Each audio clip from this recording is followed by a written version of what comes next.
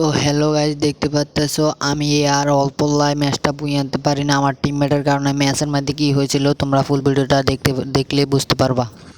তো আমি আমার ডুপারটাকে নিয়ে ম্যাচটা করে দিলাম স্টার্ট। তোমরা সবাই দেখো আর এনজয় করো। আর যারা আমার থেকে উইকলি গিভওয়ে নিতে চাও তারা আমার এই ভিডিওর কমেন্ট বক্সে কমেন্ট করো। আমি বেশি বেশি দুইজনকে উইকলি গিফট করব। আর এই ভিডিওটা তোমরা দেখো আর এনজয় করো।